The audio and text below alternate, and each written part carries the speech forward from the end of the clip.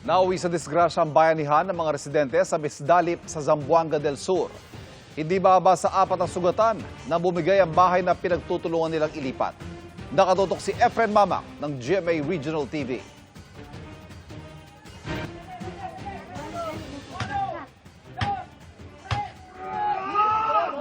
Ang tinitinggalang katangian ng mga Pilipino na pagbabayanihan, nasaksihan ng ilipat ng mga taga-barangay Matalang sa Bidsalid, Zamboanga del Sur ang bahay na ito.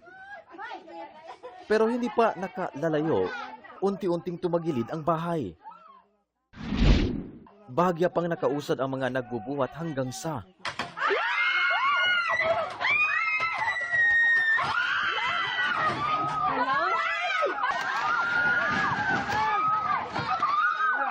tuluyan nang bumagsak ang bahay. Agad sinagip ang mga nadaganan.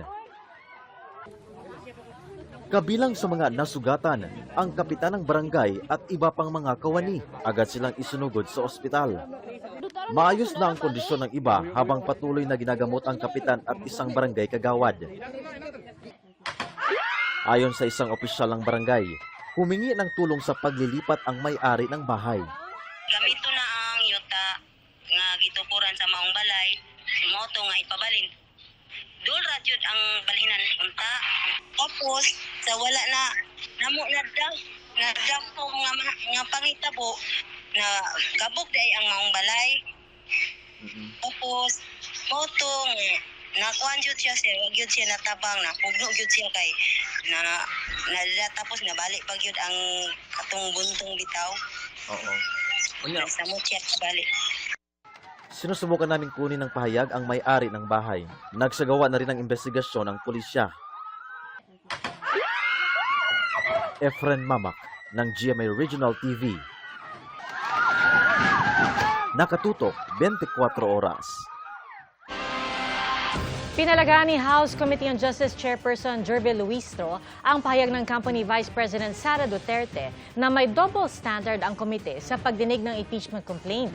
Ayon sa company Duterte, agad na isinantabi ng komite ang mga seryosong aligasyon laban sa Pangulo. Habang itinuring umano ng komite bilang katotohanan na ang mga aligasyon pa lamang laban sa bise. Sagot dyan ni Luistro, may malaki talagang pagkakaiba sa reklamo laban sa dalawang pinakamataas na leader ng bansa. Hindi anya nakitaan ng komite na nagkaroon ng personal na partisipasyon ng Pangulo sa mga isyu ng korupsyon na ipinupukos sa kanya. Hindi raw sapat ang pagpirma ng Pangulo sa General Appropriations Act dahil bahagi ito ng kanyang tungkulin.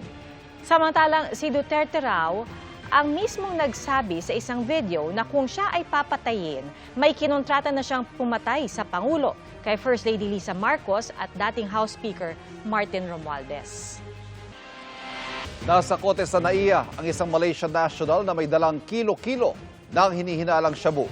Nadiskubre sa bagahe ng pasahero humigit kumulang 15 kilo ng umano'y shabu na may street value na mahigit 102 million pesos. Hawak na ng pulisya ang suspect na nahaharap sa reklamong paglabag sa Comprehensive Dangerous Drugs Act. Patuloy ang investigasyon ng pulisya sa mga posibleng koneksyon ng suspect. Pinangangambahang maapektuhan sa anihan at magdulot ng taas presyo ng bigas ang naghihigpit na supply ng fertilizer o pataba bunsod ng giyera sa Middle East. Nakatutok si Darlene Kai.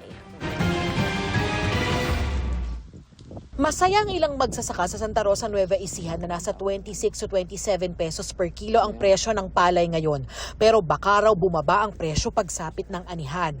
Ang pagpapababa kasi ng farm gate price ng palay ay isa sa pwedeng gawin para di lalong sumipa ang presyo ng bigas ngayong apektado ang lahat ng mahal ng petrolyo. Doble dagok pa sa kanila kung ipapasa sa kanila ang dagdag gasto sa langis sa mga rice trader. Kapag nangyari yon, baka mapilitan daw silang tipirin ng fertilizer o pataba at iba pang gamot sa pagtatanim.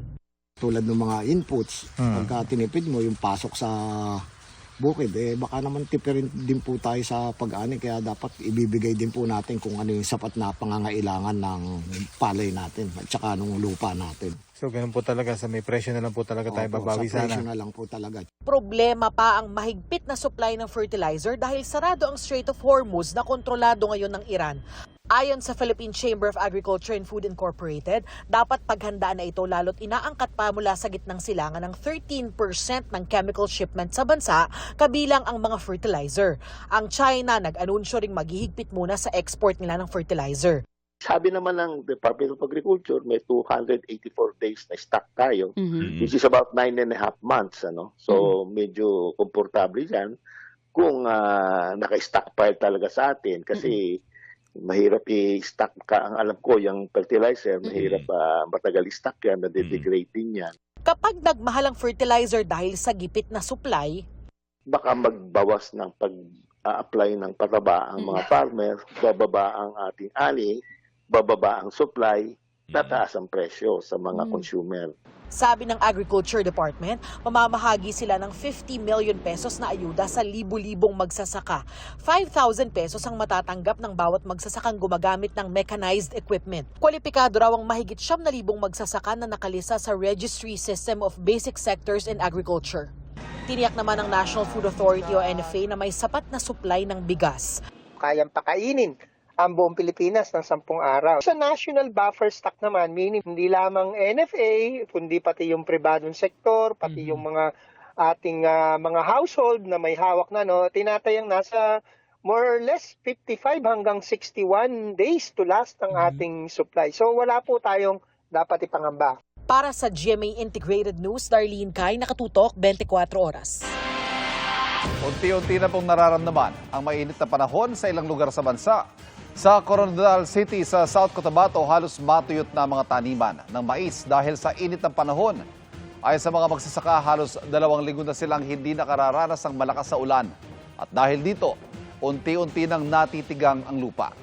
Natutuyo at naging manipis na rin ang mga dahon ng mga pananim na mais.